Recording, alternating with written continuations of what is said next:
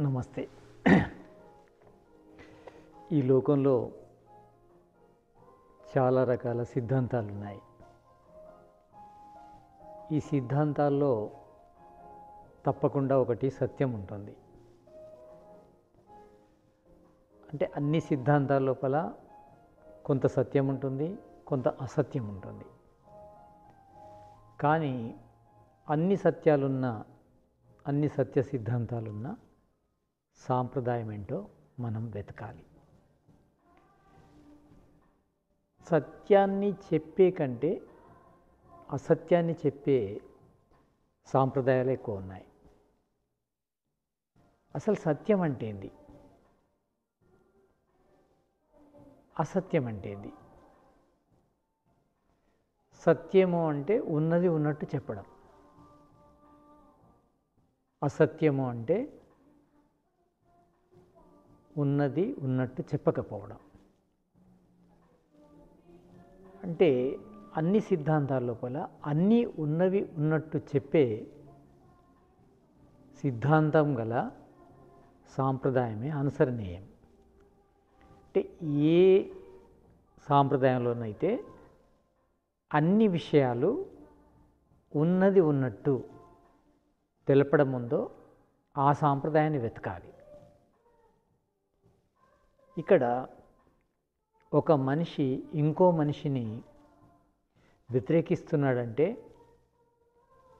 తనకు వ్యతిరేకంగా ఉన్నాడని వ్యతిరేకించడమే కానీ సత్యానికి వ్యతిరేకంగా ఉన్నాడని వ్యతిరేకించడం కాదు. మనం ఎప్పుడైనా వ్యతిరేకిస్తే అసత్యాన్ని వ్యతిరేకించాలి. ఎప్పుడైనా మనం సమర్థిస్తే సత్యాన్ని సమర్థించాలి. అన్నిటికంటే గొప్ప సిద్ధాంతం సత్యం. ఉన్నది ఉన్నట్టు తెలుసుకోకపోవడం వల్ల, ఉన్నది ఉన్నట్టు చెప్పకపోవడం వల్ల మనము నష్టపోతాము. మన సమస్త దుఃఖాలకు, సమస్యలకు, బాధలకు కారణం అసత్యం. ఈ అసత్యం ఎలా వస్తుంది? అవిద్య నుంచి వస్తుంది. అంటే జ్ఞానము లేకపోవడం వల్ల అసత్యం వస్తుంది. యథార్థ దర్శనం జ్ఞానం ఇది. అంటే యథార్థ దర్శనం మనకు కలగాలంటే, ఉన్నది ఉన్నట్టు మనం తెలుసుకోవాలంటే జ్ఞానం కావాలి. ఆ జ్ఞానము ఉంటేనే ఉన్నది ఉన్నట్టు తెలుసుకుంటాము. అప్పుడే మనము సత్యాచరణం చేస్తాము, లేకుంటే చేయము.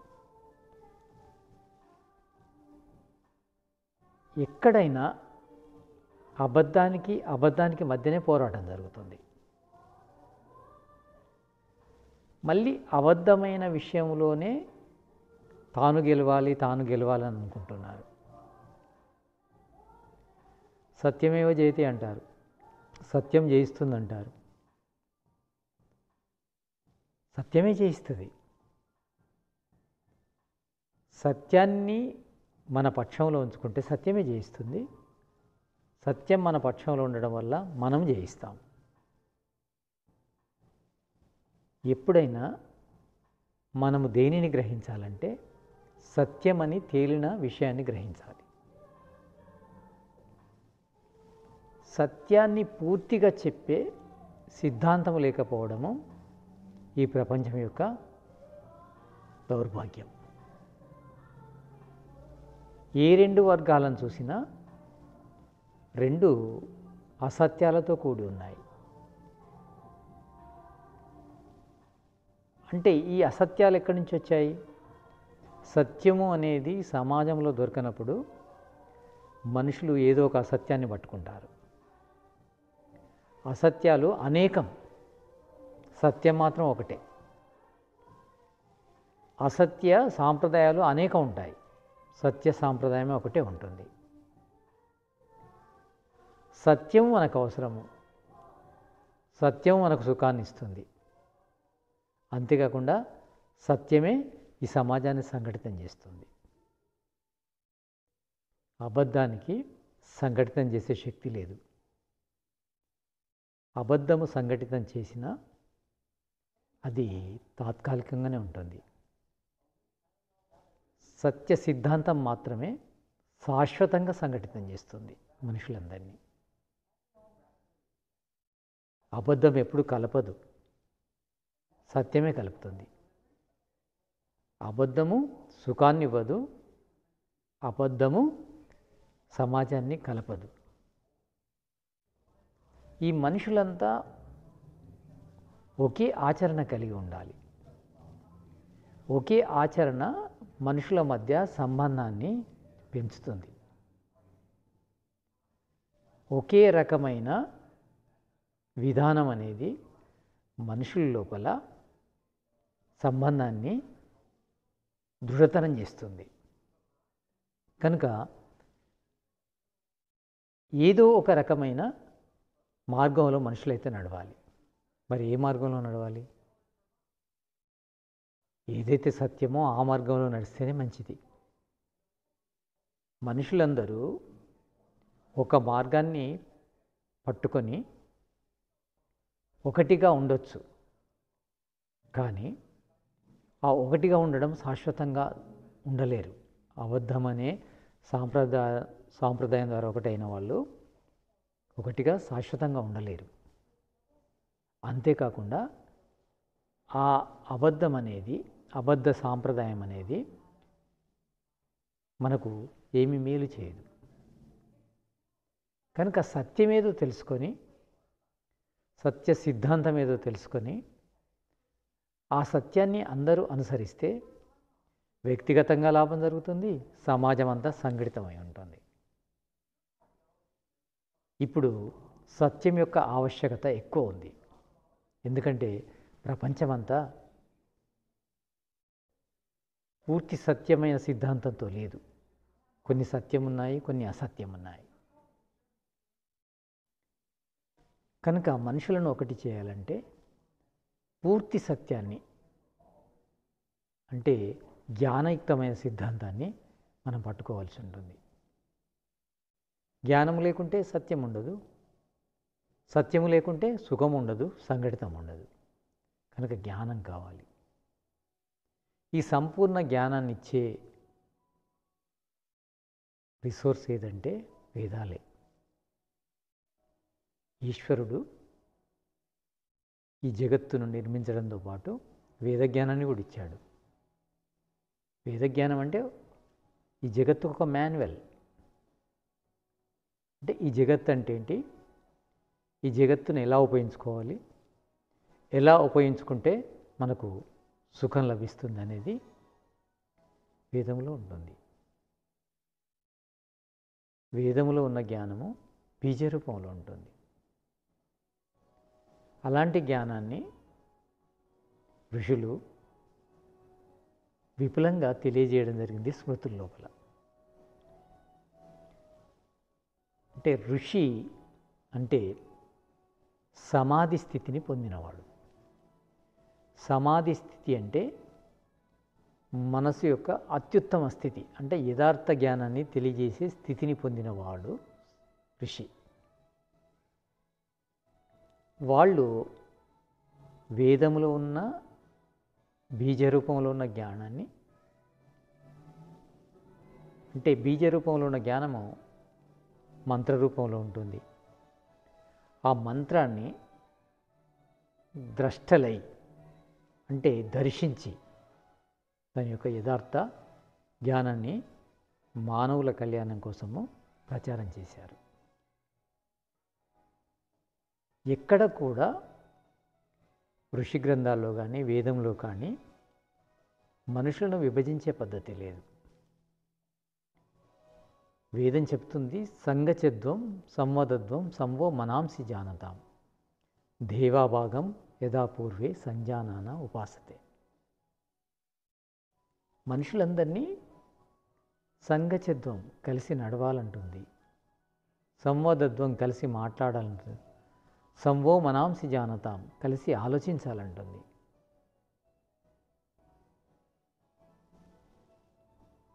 దేవాభాగం యథాపూర్వే సంజానాన ఉపాసతే. అంటే దివ్యమైన వ్యక్తులు ఇదే బాటలో నడిచారు, నడుస్తారు. కనుక దివ్యత్వం కావాలంటే, సమాజం దివ్యంగా మారాలంటే మనుషులందరూ ఒకటిగా ఉండాలి. అంటే కలిసి నడవాలంటే అందరి లక్ష్యం ఒకటి కావాలి. కలిసి మాట్లాడాలంటే అందరి మాట ఒకటి కావాలి. కలిసి ఆలోచించాలంటే అందరి భావం ఒకటి కావాలి. అందరినీ ఒకటి చేసేది ధర్మం అవుతుంది, అనుసరణీయం అవుతుంది. ఆ ధర్మాన్ని మనము గ్రహించాలి, అనుసరించాలి. ఇక మనుషులను విభజించేది, మనుషులకు మధ్య శత్రుత్వాన్ని, ద్వేషాన్ని కలిగించేది మనము అనుసరణీయం కాదు. అలాంటి సిద్ధాంతము, సాంప్రదాయం వల్ల మనుషుల లోపల తగాదాలు వస్తాయి. ఆ తగాదాలు మన సమయాన్ని వ్యర్థం చేస్తాయి, మన శక్తిని వ్యర్థం చేస్తాయి. ఈ మానవ జన్మ ఎందుకోసం అయితే వచ్చిందో అవి సాధించలేము. ధర్మార్థ కామ మోక్షాల కోసం వచ్చింది ఈ మానవ జన్మ. అంటే మానవులందరూ ధర్మము, అర్థము, కామము, మోక్షము అనేటి సిద్ధింపజేసుకోవాలి. దానికోసం మనం సమయాన్ని వెచ్చించాలి. కానీ ఒక తెగకు ఒక వర్గానికి మధ్య ద్వేషం ఉన్నప్పుడు ఏమవుతుంది?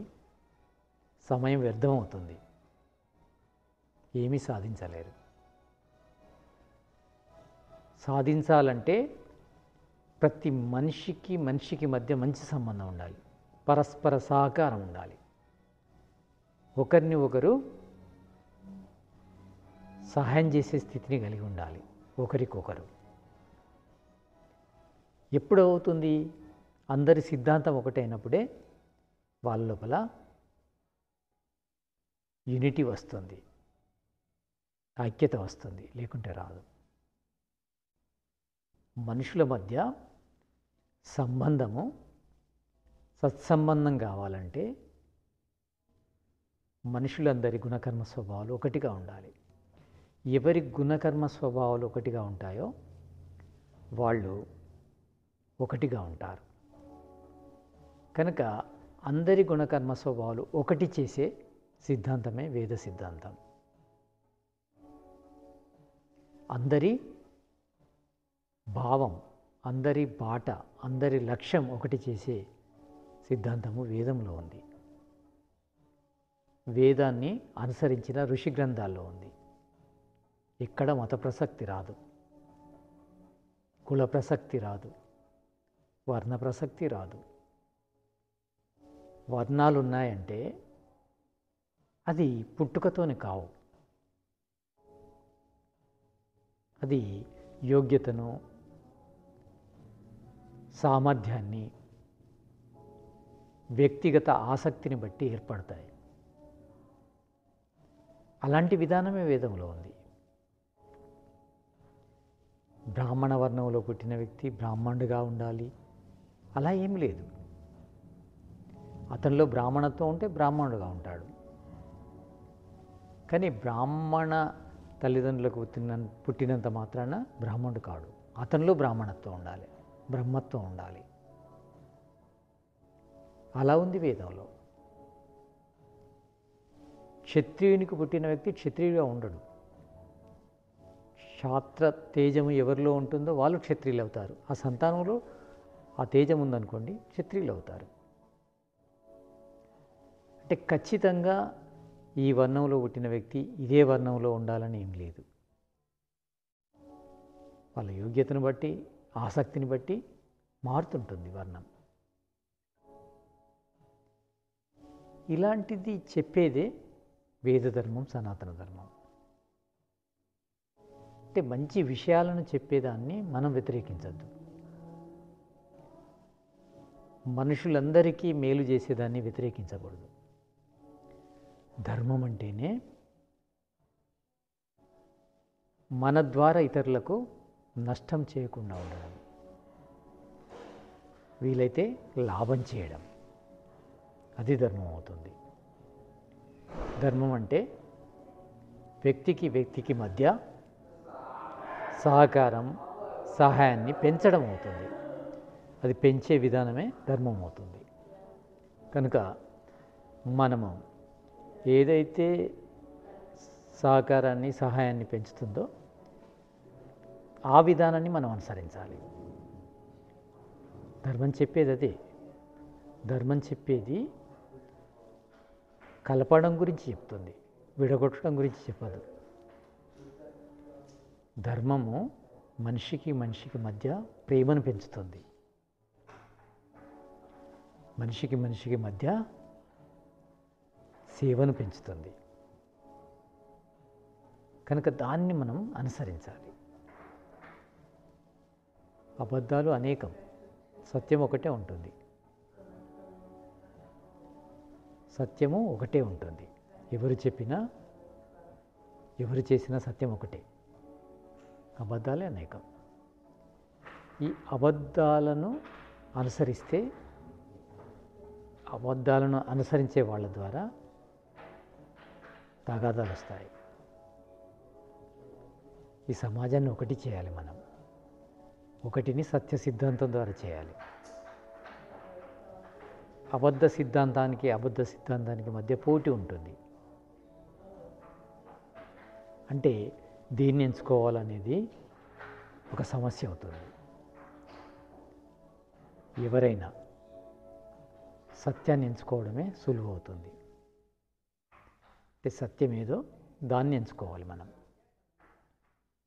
ఆ సత్యము చెప్పేదే వేదధర్మం. వేదం అంటేనే సత్య జ్ఞానం. అది అపౌరుషయం కనుక, ఈశ్వరుడు సర్వజ్ఞుడు కనుక అతడి జ్ఞానం మాత్రమే సత్యాన్ని చెబుతుంది, సత్యమైన మార్గం లోపల మనుషులను నడిపిస్తుంది. అదే మానవ జాతికి మేలు చేస్తుంది. వేదం అనుభవం ఉంటుంది, మనుషులోకం ఉంటుంది. ఫలానా మతస్థుడో కమ్మని చెప్పట్లేదు, ఫలానా కులస్థుడో కమ్మని చెప్పట్లేదు.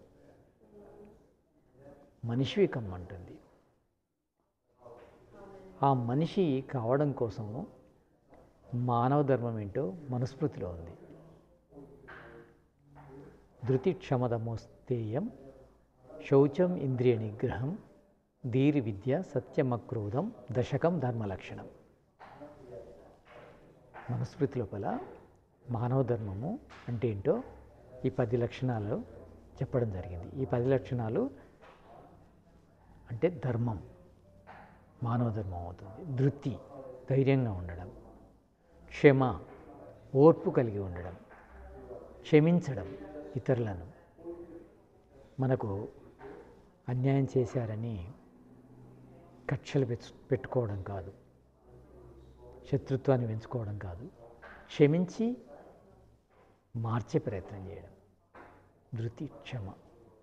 దమము పవిత్రంగా ఉండడం. పవిత్రంగా అంటే నిస్వార్థంగా ఉండడం, పరమార్థంతో ఉండడం. అస్థేయం అంటే ఒకరి సొమ్మును మనం అన్యాయంగా తీసుకోకపోవడం, అలాంటి ఆలోచన కూడా లేకపోవడం అస్థేయం. శౌచము శుభ్రంగా ఉండడం. శుభ్రంగా ఉండడం గురించి మనుస్మృతిలోనే ఉంది.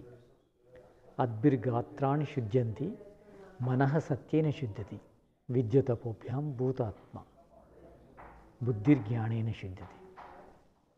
అంటే శౌచం గురించి కూడా చెప్పాడు మనుస్మృతి లోపల. ఏముంది? శరీరాన్ని శుభ్రం చేసుకోవాలంటే జలం సహాయం తీసుకోవచ్చు. అంటే జలం ద్వారా శరీరాన్ని శుద్ధి చేసుకోవచ్చు. మరి మనసును మనః సత్యేన శుద్ధ్యతి. ఆత్మ విద్యతోని తపస్సుతోని ఆత్మశుద్ధి అవుతుంది. బుద్ధిర్ జ్ఞానేన శుద్ధ్యతి. బుద్ధి ఎట్లా శుద్ధి అవుతుంది? బుద్ధి జ్ఞానంతో శుద్ధి అవుతుంది. ఇందులో మత ప్రసక్తి కానీ వర్ణ ప్రసక్తి కానీ ఎక్కడుంది? ఆత్మానం రతినం విద్ధి శరీరం రథమేవతు బుద్ధింతు సారథిం విద్ధి మనః ప్రగ్రహమేవచ. ఋషులు మన శరీరాన్ని ఒక రథంతో పోల్చారు, ఒక వాహనంతో. శరీరం అనేది వాహనం అయితే ఆత్మ అనేది ప్రయాణికుడు. దీన్ని నడిపే సారథి, డ్రైవర్ బుద్ధి. అంటే బుద్ధి చక్కగా పనిచేయాలంటే మన లక్ష్యాన్ని మనము పొందాలంటే బుద్ధిర్జ్ఞానైన శుద్ధితి. జ్ఞానం ద్వారా బుద్ధి శుద్ధి అవుతుంది. అంటే ఈ శరీరాన్ని సక్రమంగా నడుపుతుంది, మన లక్ష్యానికి చేర్చుతుంది. ఋషులు చతుర్విధ పురుషార్థాలు చెప్పారు: ధర్మము, అర్థము, కామము, మోక్షము. అంటే మానవుడుగా పుట్టిన వ్యక్తి ధర్మాన్ని సాధించాలి, అర్థాన్ని సాధించాలి, కామాన్ని సాధించాలి, మోక్షాన్ని సాధించాలి. ఇవన్నీ చెప్పేది సనాతన ధర్మం, వేద ధర్మం. ఇందులో ఎక్కడ విభేదాలు ఉన్నాయి? ఎక్కడ సమాజానికి నష్టం చేసేది, సమాజానికి హాని చేసేది ఉంది? ఏది సనాతన ధర్మం అని వ్యతిరేకిస్తున్నారు? సనాతన ధర్మం అంటే వేద ధర్మం. వేద ధర్మాన్ని వ్యతిరేకిస్తే ఈ మనుష్య జాతి నశించిపోతుంది. ప్రకృతిని ఎలా సంరక్షించాలో చెప్పింది వేద ధర్మం. ప్రతినిత్యము పంచమహాయజ్ఞాలు చేయాలి మనం. బ్రహ్మయజ్ఞము, దేవయజ్ఞము, పితృయజ్ఞము, అతిథి యజ్ఞము, బలివేశ్య దేవయజ్ఞము. అంటే మనము రుణ విముక్తి కావడం కోసము ఈ యజ్ఞాలు చేయాలి. యజ్ఞం అంటే ఏంది? కళ్యాణ కర్మలు చేయాలి. బ్రహ్మయజ్ఞం అంటే మన లక్ష్యం ఏంటిది? ఈ మానవ జన్మ రావడం యొక్క ఉద్దేశం ఏంటిది? బ్రహ్మను తెలుసుకోవడం కోసం వచ్చింది, ఈ సృష్టికర్తను తెలుసుకోవడం కోసం వచ్చింది. అది మొదటి యజ్ఞం. అతడి కోసము యోగ సాధన చేయాలి, బ్రహ్మయజ్ఞం. ఇక దేవయజ్ఞం. మన జీవితం అనేది ప్రకృతి మీద ఆధారపడి ఉంది. ప్రకృతిని సంరక్షిస్తేనే మన జీవనం కొనసాగుతుంది. ఈ శరీరం వచ్చింది ప్రకృతి నుంచే, ఈ శరీరం పోషించబడేది ప్రకృతి నుంచే. ఈ శరీరం ద్వారానే ధర్మార్థ కామోక్షాలను సాధిస్తాం మనం. మరి ఆ ప్రకృతిని సంరక్షించే విధానమే దేవయజ్ఞం. దేవతలను, జడదేవతలను శుద్ధి చేసే యజ్ఞం. జడదేవతలంటే, దేవత అంటే ఏంటి? ఇచ్చేదాన్ని దేవత అంటారు. జడదేవత అంటే జడ పదార్థం నుంచి, అంటే మనకి ఇస్తుంది. అంటే సూర్యుడు జడదేవత, వర్షము జడదేవత, చంద్రుడు జడదేవత, పృథివీ జడదేవత, జలము జడదేవత. ఇస్తున్నాయి మనకివి. వాటిని సంరక్షించే విధానము దేవయజ్ఞము, హోమము, అగ్నిహోత్రము. అది చెప్తుంది. అందులో ఎక్కడ మత ప్రసక్తి ఉంది, ఎక్కడ విభేదాలున్నాయి. ఆ తర్వాత పితృయజ్ఞము అంటే పితరులను, అంటే ముఖ్యంగా తల్లిదండ్రులను, వృద్ధులను, పెద్దవారిని రోజు వాళ్ళను సంరక్షించాలి, ప్రేమగా వాళ్ళకు సేవలు చేయాలి, వాళ్ళకు కావాల్సినవి ఇవ్వాలి. ఇందులో ఎక్కడుంది మతం? ఇందులో ఎక్కడుంది విభేదం? ఇది చెప్పేదే సనాతన ధర్మం. తల్లిదండ్రులను, పెద్దవాళ్లను గౌరవించాలి, వాళ్ళకి కావాల్సిన సహాయ సహకారాలు ఇవ్వాలని చెప్పేది సనాతన ధర్మం. ఆ తర్వాత అతిథి యజ్ఞం.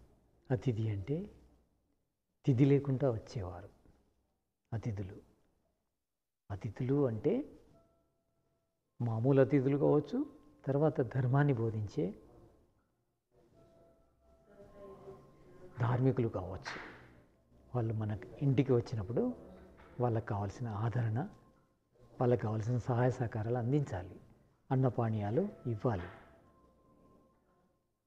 ఇందులో ఎక్కడ మతం ఉంది?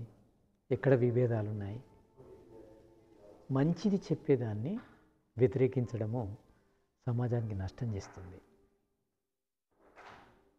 తర్వాత బలివేశ్య యజ్ఞం అంటే క్రిములకు, కీటకాలకు, కొన్ని జంతువులకు,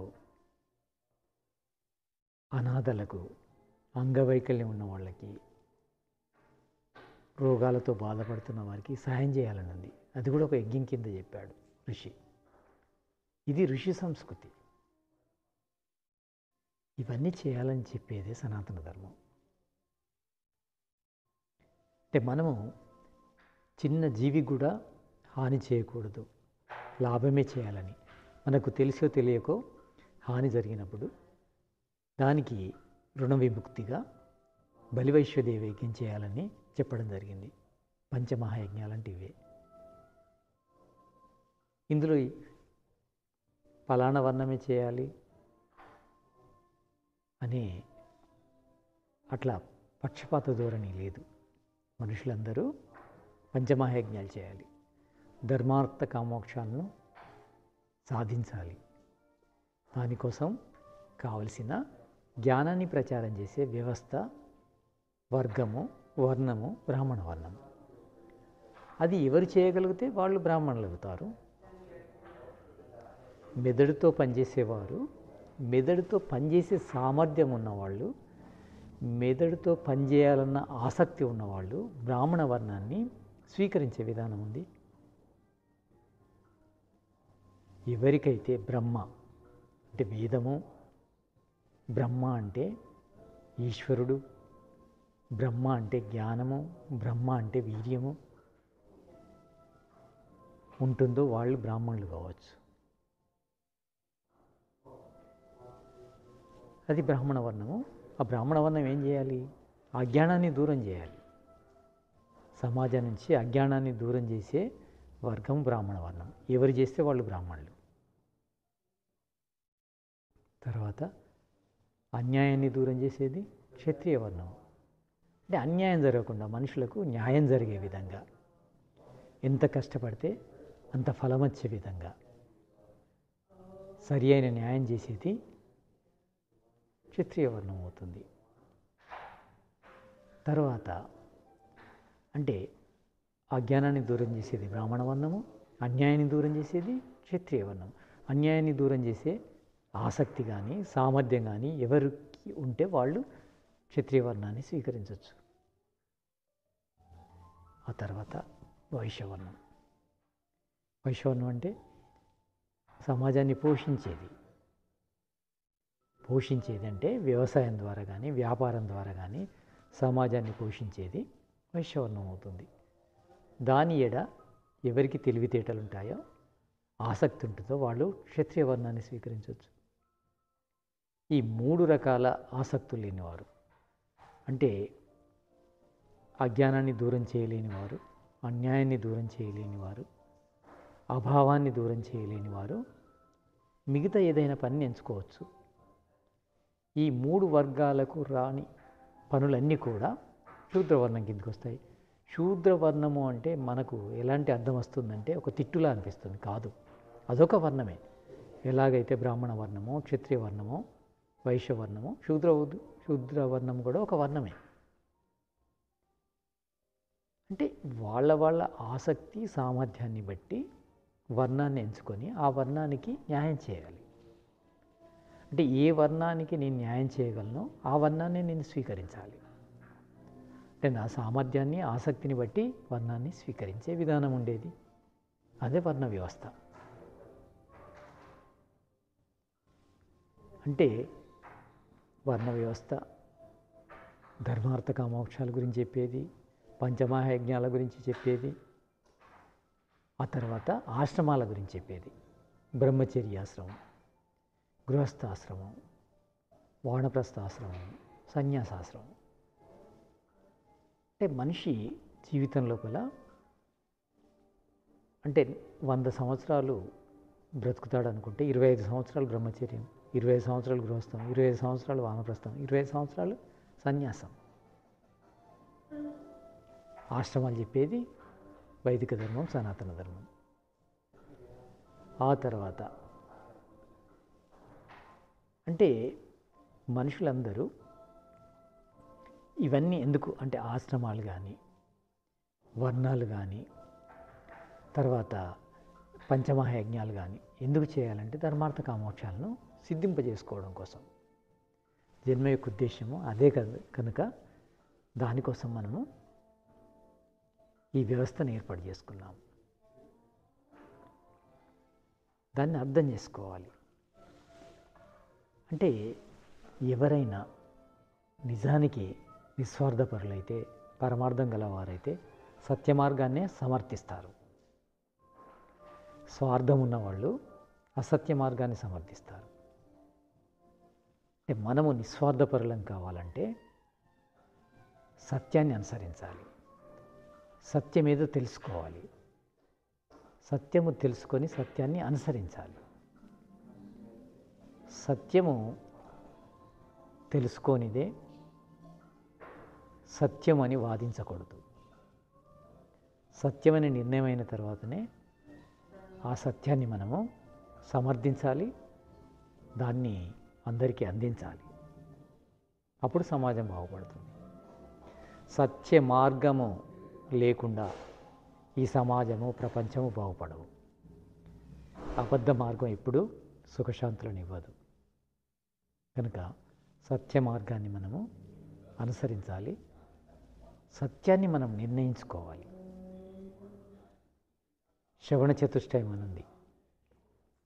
విన్నదాన్ని మననం చేయాలి. మననం చేసిన దాన్ని తర్వాత నిధిధ్యాసనం తర్వాత సాక్షాత్కారం చేస్తే అప్పుడు సత్యం నిర్ణయం అవుతుంది. సత్యాన్ని అనుసరిస్తేనే సుఖం లభిస్తుంది. సమాజం లోపల ఐక్యత ఉంటుంది.